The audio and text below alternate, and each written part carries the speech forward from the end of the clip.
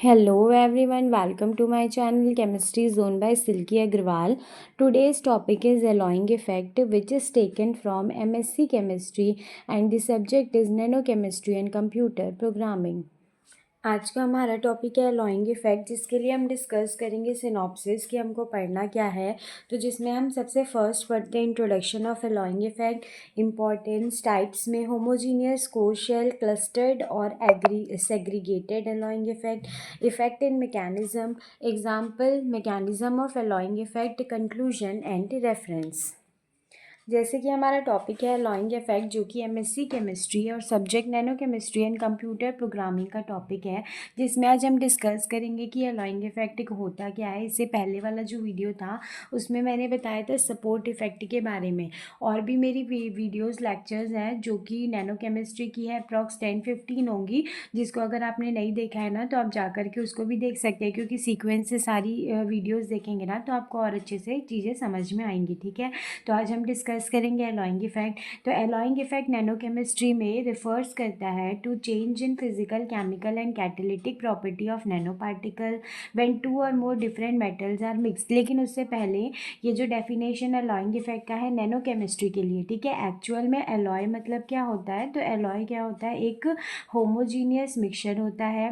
और वो मिक्सचर में मेटल मेटल भी हो सकते हैं और मेटल एंड नॉन मेटल भी हो सकते हैं। ठीक है, ये हम 11-12 की क्लासेस में हम पढ़ते हैं कि जो मेटल मेटल का मिक्सचर होता है या तो मेटल और नॉन मेटल का मिक्सचर होता है, उसके मिक्सचर से जो बनता है ना उसको अलॉय बोलते हैं। और इसको हम क्यों बनाते हैं, ताकि हमको डिज़ायर्ड प्रॉपर्टीज़ मिल सके। जैसे एग्जांपल, अगर मेरे को कुछ एक सब्सटेंस को फॉर्म करना है, ठीक है, और मैं एक मेटल लेती हूँ, वो मेटल क्या है, काफ़ी सॉफ्ट है, लेकिन मेरे को उसी मेटल से ही इसको बनाना है, तो इस मेटल को तो लूँगी, लेकिन साथ में एक और मेटल ऐड करूँगी जो कि क्या होगा, थोड़ा सा हार्ड होगा।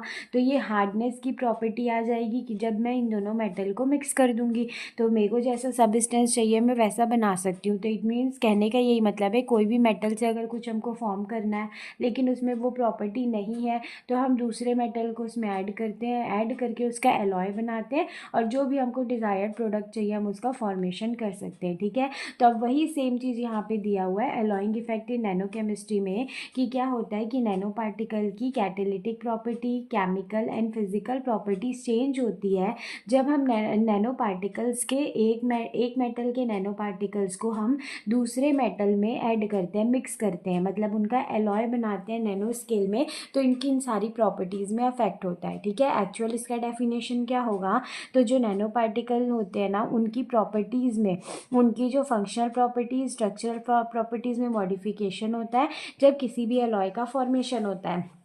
और एलॉय क्या होगा, या तो होमोजीनियस या फिर हेट्रोजीनियस मिक्सचर होता है, मेटल या फिर दो से ज़्यादा मेटालिक एलिमेंट का। ठीक है, तो इसमें ओवरऑल वही सेम डेफिनेशन उसका भी वही होगा, बस डिफरेंस ये होगा जैसे हम वहाँ पे मेटल ले रहे हैं ना, तो वहाँ पे मेटल हम कोई सा भी लेंगे, लेकिन नैनो केमिस्ट्री में हम लेते हैं तो हमेशा मेटल को किस में लेंगे, नैनो स्केल में लेंगे। तो उसमें मिक्स करेंगे तो उनकी ऑब्वियस सी बात है प्रॉपर्टीज़ में क्या होगा, चेंज होगा। तो यही होता है एलॉइंग इफेक्ट। अब यहाँ पे इंपॉर्टेंस दिया हुआ है एलॉइंग का नैनो केमिस्ट्री में, जिसमें फर्स्ट आता है कि ये क्या करता है, कैटालिटिक एक्टिविटी और सेलेक्टिविटी को इंक्रीज़ करता है, थर्मल और केमिकल स्टेबिलिटी को इंक्रीज़ करता है, इलेक्ट्रॉनिक प्रॉपर्टीज़ को लेवल करता है, जैसे कि Fermi level, D band centre, और डिजॉर्प्शन, एब्जॉर्प्शन और डिजॉर्प्शन एनर्जी जो होती है रिएक्टेंट की सरफेस में, उसको भी इंक्रीज़ करता है।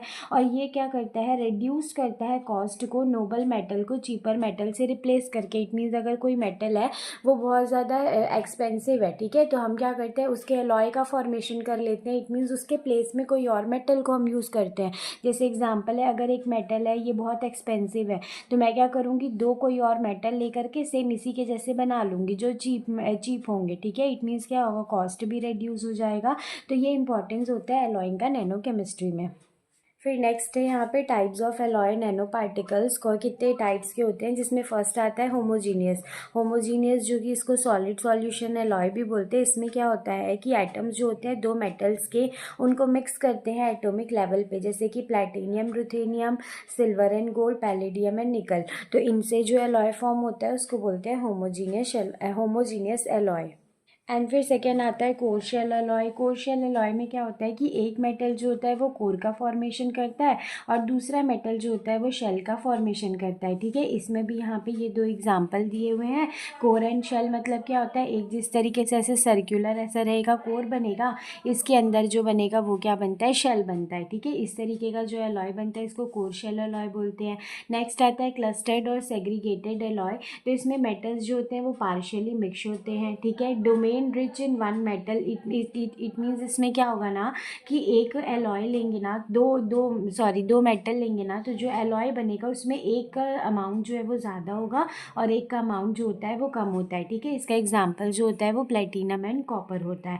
तो ये जो टॉपिक है ना, ये भी जैसे सपोर्ट इफेक्ट है वैसे ही एकदम ईजी सा टॉपिक है। अगर आप इसको एक बार सुन लेंगे ना तो ये बस मेन पॉइंट को ध्यान रख करके इसका अपने ओन वर्ड्स में भी आप इसको ईजिली लिख सकते हैं। ठीक है, फिर उसके बाद नेक्स्ट आता है एलॉइंग इफेक्ट मैकेनिज्म में। जो मैकेनिज्म होते हैं उसमें एलॉइंग से क्या इफेक्ट होता है, नैनो पार्टिकल के जो भी मैकेनिज्म होते हैं उसमें एलॉइंग से क्या इफेक्ट होता है। तो जिसमें सबसे फर्स्ट दिया हुआ इलेक्ट्रॉनिक इफेक्ट। तो जब क्या होता है ना, एलॉइंग हम करते हैं तो उसकी वजह से electron density, D band structure जो है सरफेस एटम का चेंज होता है और इस चेंज के कारण एड्सॉर्बेंट की बाइंडिंग स्ट्रेंथ इंक्रीज होती है, जिसके कारण कैटेलिटिक एक्टिविटी और सेलेक्टिविटी भी इंक्रीज होती है। इट मीन्स अगर नॉर्मल नैनो पार्टिकल से जो नैनो पार्टिकल का जो मेटल है ना वो उसमें कैटेलिटिक एक्टिविटी जैसी भी है वो एज इट इज़ है। ठीक है, लेकिन जैसे ही हम उसको अलॉइंग करते हैं, इट मीन्स उसमें दूसरा मेटल मिला देते हैं, तो वहाँ पे कैटेलिटिक एक्टिविटी और सेलेक्टिविटी इंक्रीज हो जाती है। फिर नेक्स्ट आता है इसी में जियोमेट्रिक इफेक्ट। इसमें क्या होता है कि difference in atomic size causes latest strain in alloy. This strain can change surface reactivity and adsorption properties. अब इसमें क्या बोल रहा है कि एटॉमिक साइज का अगर डिफरेंस होगा, इट मीन्स अगर मैं एलॉय का फॉर्मेशन कर रही हूँ तो उसमें जो दूसरा मेटल ऐड करूँगी उसके साइज में अगर डिफरेंस होगा ना, तो वहाँ पे वो क्या करता है, लैटिस स्ट्रेन कॉज करता है और इस स्ट्रेन की वजह से सरफेस रिएक्टिविटी और एड्सॉर्प्शन प्रॉपर्टीज भी चेंज होती है।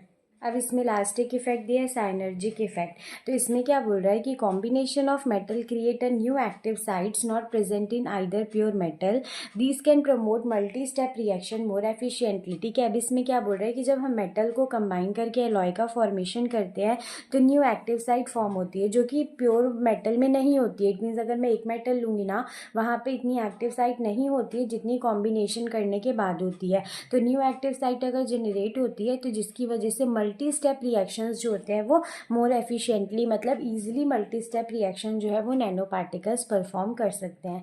तो ये अलॉइंग इफेक्ट है मैकेनिज्म में कि जिसमें 3 तरीके से इफेक्ट होता है। जब भी हम मेटल में दूसरा मेटल नैनो स्केल में अगर मिला करके अलॉय बनाते हैं ना, तो उसका इलेक्ट्रॉनिक, जियोमेट्रिक एंड साइनर्जिक इफेक्ट तीनों में क्या होता है, अलॉइंग करने से इफेक्ट होता है। वही चीज़ यहाँ पे दिया हुआ था। ठीक है, अब नेक्स्ट यहाँ पे कुछ एग्जांपल्स दिए हुए हैं। जैसे सपोर्ट इफेक्ट में मैंने एग्जांपल बताया था ना, वैसे यहाँ पे दिया है, जिसमें फर्स्ट आता है प्लेटिनियम एंड रुथेनियम अलॉय, जिसको हम यूज़ करते हैं as a fuel cell catalyst. ठीक है, इसमें इसको यूज़ कहाँ पे करते हैं, तो methanol oxidation in fuel cell में मिथेनॉल के ऑक्सीडेशन करने के लिए।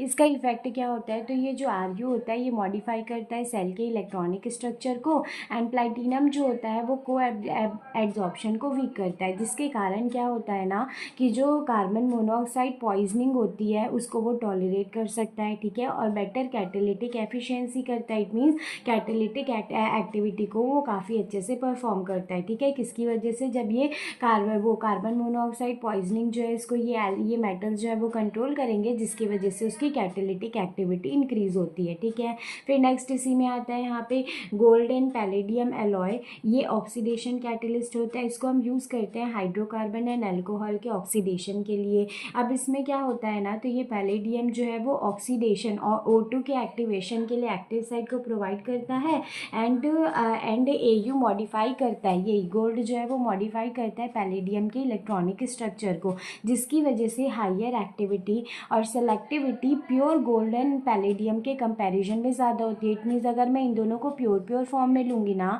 तो उतनी एक्टिविटी नहीं होगी जितना मैं इन दोनों को मिक्स करके अलॉय एलॉय बनाऊंगी और एलॉय से और उस एलॉय में जितनी एक्टिविटी होगी इनकी उसमें प्योर फॉर्म में उतनी एक्टिविटी इनकी नहीं होती है। फिर नेक्स्ट आता है इसमें, नेक्स्ट एक एग्जांपल आता है जिसमें है प्लेटिनम निकल एलॉय। ठीक है, इसको ऑक्सीजन रिडक्शन रिएक्शन ORR भी बोलते हैं। ठीक है, ये ऑक्सीडेशन रिडक्शन नाम से समझ में आ रहा होगा, ऑक्सीडेशन भी होगा रिडक्शन भी।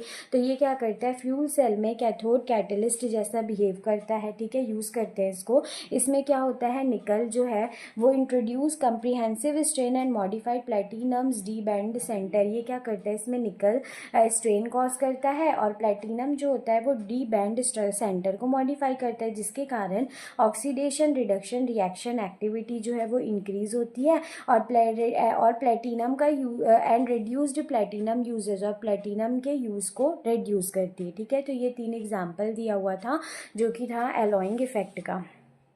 अब यहाँ पे ना अगेन यही दिया है टाइप्स ऑफ एलॉय फॉर्मेशन, लेकिन वहाँ पे थोड़ा सा जो मैंने स्टार्टिंग में एलॉय फॉर्मेशन का टाइप्स बताया ना, वो थोड़ा सा क्या था, एकदम शॉर्ट में था। तो अगर आप इसको और थोड़े से डिटेल में लिखना चाहते हैं ना, तो आप इसको लिख सकते हैं, जिसमें पहला होता है सब्सटीट्यूशनल एलॉइंग। इसमें क्या होता है कि एक एलिमेंट को रिप्लेस करते हैं दूसरे एलिमेंट के एटम से। ठीक है, क्रिस्टल लैटिस में, इट मीन्स अगर एक क्रिस्टल लैटिस है और यहाँ पे कोई एलिमेंट का एटम प्रेजेंट है ना, तो इस एलिमेंट के एटम को निकाल करके इसके प्लेस में क्या करेंगे, दूसरे एलिमेंट के एटम को ऐड करते हैं। ठीक है, ये तभी होता है जब एटॉमिक रेडियस जो होता है और क्रिस्टल स्ट्रक्चर जो होगा वो सिमिलर होगा। ऐसे किसी के भी एटम को हम रिप्लेस नहीं कर सकते। वैसे नाम से ही समझ में आ रहा है सब्सटीट्यूशनल मतलब क्या, सब्सटीट्यूट होना, वहाँ पे एक को हटा करके दूसरे के जगह पे सब्सटीट्यूट होना। ठीक, तो जैसे सिल्वर एंड गोल्ड दिया है एंड यहाँ पे दिया हुआ है कॉपर एंड निकल, इनका साइज क्या होता है, सेम होता है, तो वो ये रिप्लेस हो सकते हैं। ठीक है, जिसकी वजह से क्या होता है, homogeneous solid solution nano particle का फॉर्मेशन होता है और इसी की वजह से लैटिस पैरामीटर चेंज होता है और which can strain the lattice and modified electronic band, और जिसकी वजह से इलेक्ट्रॉनिक बैंड जो होता है वो मॉडिफाई होता है। ठीक है, तो इस टाइप का जो एलॉय फॉर्म होता है ना, उसको सब्सटीट्यूशनल एलॉइंग बोल सकते हैं, बोलते हैं। ठीक है, तो ओवरऑल हम यही बोल सकते हैं कि जब भी एक मेटल के जो एटम्स होते हैं, एलिमेंट के जो एटम्स होते हैं, उनको दूसरे से जब हम रिप्लेस करते हैं ना, तब homogeneous solid solution nano particle का फॉर्मेशन होता है, उसी को ही सब्सटीट्यूशनल एलॉइंग बोलते हैं।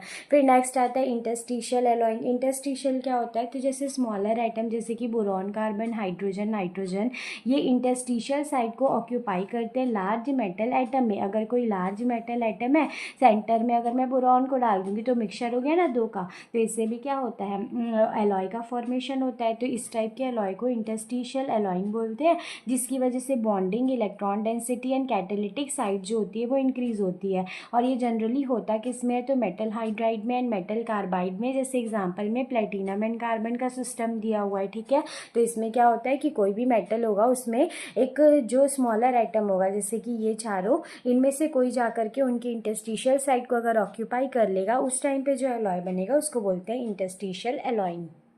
अब नेक्स्ट यहाँ दिया है क्लस्टर कोलेसेंस। इसमें क्या होता है कि दो मेटल क्लस्टर या फिर नैनो पार्टिकल मर्ज होते हैं और मिक्स होते हैं, या तो पार्शियली या तो फुल्ली। ठीक है, तो जिससे कि काइनेटिक एंड थर्मोडाइनमिक फैक्टर जैसे कि टेम्परेचर, डिफ्यूजन रेट, मिसिबिलिटी, इसको हम डिटरमाइन कर सकते हैं। वो चाहे एलॉय होमोजीनियस हो चाहे फेस एग्रीगेटेड हो। इट मीन्स कहने का ये मतलब है, जब भी क्लस्टर कोलेसेंस एलॉय का फॉर्मेशन होता है ना, तो इसमें एकदम ईजी होता है, दो मेटल क्लस्टर को हम मिक्स कर देते हैं, या तो कम्प्लीटली या तो पार्शियली। अब उसकी वजह से क्या होता है ना, तो ये काइनेटिक एंड थर्मोडाइनमिक फैक्टर्स को हम इजीली डिटरमाइन कर सकते हैं। ठीक है, अब वो चाहे होमोजीनियस एलॉय बनाए चाहे वो फेस एग्रीगेटेड। होमोजीनियस मतलब क्या था, इक्वल अमाउंट में दोनों रहेगा। फेस एग्रीगेटेड में क्या था, एक जो रहेगा वो ज़्यादा अमाउंट में होता है। ठीक है, तो दोनों अगर फॉर्म होता है ना और हमारे पास ये है, ठीक है, तो ये ईजिली इन दोनों के बारे में काइनेटिक एंड थर्मोडाइनमिक फैक्टर को हम इससे डिटरमाइन कर सकते हैं। अब नेक्स्ट आता है कोर शेल फॉर्मेशन। तो ये वही सेम है, एक मेटल जो है वो कोर फॉर्म करता है, दूसरा मेटल जो है वो शेल फॉर्म करता है। ठीक है, ये arises from difference in surface energy और रिडक्शन पोटेंशियल। अब ये फॉर्म तब होता है ना जब उनकी सरफेस एनर्जी में डिफरेंस होगा और रिडक्शन पोटेंशियल में डिफरेंस होगा, तभी वो एक कोर बनाएगा और एक शेल का फॉर्मेशन करेगा। अब इसकी वजह से, अब देखो डिफरेंस है मतलब तो अलग अलग होगा, तो इसकी वजह से क्या होता है, हेट्रोजीनियस इंटरफेस फॉर्म होता है, जो कि electron electronic coupling and surface reactivity को इंक्रीज करता है। ठीक है, फिर नेक्स्ट आता है electronic mechanism of alloying effect, जिसमें क्या बोल रहा है कि एलॉइंग जो है वो नैनो पार्टिकल के इलेक्ट्रॉनिक स्ट्रक्चर को चेंज करता है। ये क्या करता है, इसमें क्या होता है ना, चार्ज ट्रांसफ़र होता है, मेटल डिफरेंट इलेक्ट्रोनेगेटिविटीज़ के मेटल के बीच में चार्ज का ट्रांसफ़र होगा, और चार्ज ट्रांसफ़र होने के कारण D band centre, density of state, ये सब क्या होते हैं, अफेक्ट होते हैं और चेंज होते हैं। ठीक है, अल्टर मतलब ये जो है वो चेंज होते हैं, जिसकी वजह से रिएक्टेंट के एड्जॉर्प्शन में क्या आता है, चेंज आता है। ठीक है, जो कि अफेक्ट करता है रिएक्टेंट के एड्जॉर्प्शन को। जैसे एग्जांपल में दिया है कि अगर प्लेटिनम और निकल नैनो पार्टिकल में निकल डोनेट करेगा इलेक्ट्रॉन को प्लेटिनम में, क्या हो रहा है, चार्ज का ट्रांसफर निकल से कहाँ जा रहा है, प्लेटिनम में। तो शिफ्टिंग प्लेटिनम्स डी बैंड, तो प्लेटिनम का जो डी बैंड है वो शिफ्ट होगा, and improving oxygen reduction reaction activity, और ऑक्सीजन रिडक्शन रिएक्शन एक्टिविटी को इंक्रीज करता है। ठीक है, इट मीन्स कहने का ये मतलब है ना कि जब भी चार्ज का ट्रांसफर होगा एक लेस इलेक्ट्रोनेगेटिव से मोर इलेक्ट्रोनेगेटिव में, तो जिसकी वजह से क्या होगा, जिसमें ट्रांसफर हुआ है वो उसका डी बैंड स्ट्रक्चर जो है वो electronic structure, D band structure एक ही है, जब वो चेंज होगा उसकी वजह से जो भी एक्टिविटी वहाँ पे हो रही होगी ना, वो क्या होती है, इम्प्रूव हो जाती है। ठीक, तो यही दिया हुआ है overall alloying effect. I hope आप लोगों को समझ में आया होगा। मैंने एग्जाम पॉइंट ऑफ व्यू से एकदम अच्छे से लिख दिया है। वैसे ये लॉन्ग पे तो नहीं आता है, 6 मार्क्स पे, 2 मार्क्स पे इसी तरीके से आएगा। तो अगर आपको सिंपल वाला अगर वो चाहिए ना, एकदम शॉर्ट में अगर चाहिए इसके टाइप्स, तो स्टार्टिंग में जो मैंने 3 बताया था वो लिख सकते हैं, लेकिन अगर थोड़ा सा अच्छे से चाहिए तो ये जो 5 मैंने बताया आप इसको लिख सकते हैं। ठीक है, और इसके और मैंने और भी प्रीवियस वीडियोज़ जो है नैनो केमिस्ट्री के वो अपलोड कर दिए हैं, अगर आपने नहीं देखा है तो उसको भी जा करके देख सकते हैं। और एक बार कम्युनिटी पोस्ट ज़रूर चेक कीजिएगा, वहाँ पे मैंने सीक्वेंस से सारे टॉपिक्स को लिखे हुए हैं सब्जेक्ट वाइज, कि अगर आप कोई टॉपिक को इसमें मेरे चैनल पे सर्च करते हैं, ठीक है, तो वो मिलता है, लेकिन सेकंड वाला सर्च कर रहे हैं तो वो है कि नहीं है, तो उसके लिए आप कम्युनिटी पोस्ट ज़रूर चेक कीजिए, क्योंकि जितने भी टॉपिक्स हैं ना वहाँ पे आपको लिखे हुए मिल जाएंगे। अगर वो टॉपिक है तो आप फर्दर मेरे चैनल पे उसको सर्च कर सकते हैं। प्लेलिस्ट में मैंने सिस्टमेटिक सारे वीडियोज़ को उनके सब्जेक्ट के अकॉर्डिंग अरेंज किया हुआ है, उसको भी आप वहाँ जा करके देख सकते हैं। और भी सब्जेक्ट के काफ़ी सारे वीडियोज़ हैं, उसको देख सकते हैं। और अगर आपको नोट्स की रिक्वायरमेंट है तो आप मेरे मेल में मैसेज कर सकते हैं, अगर PDF के फॉर्म में आपको ये अवेलेबल हो जाएगा। और अगर कोई न्यू टॉपिक आप चाहते हैं कि मैं सजेस्ट कर दूँ तो उसको भी आप कमेंट सेक्शन में बता सकते हैं। और भी जो प्रीवियस वीडियोज़ है उसको भी आप देख सकते हैं। और अगर कोई और टॉपिक है जिसको मैं एक्सप्लेन करूँ उसको भी आप सजेस्ट कर सकते हैं कमेंट सेक्शन में। एंड कम्युनिटी पोस्ट को ज़रूर चेक कीजिएगा। और कोई भी अगर डाउट वगैरह भी ऐसे आपको होता है ना कि ये वाला मतलब ये है पॉइंट, ये कुछ समझ में ऐसा नहीं आया, तो वो भी आप मेरे मेल में मुझे मैसेज करके उसको पूछ सकते हैं। Thank you.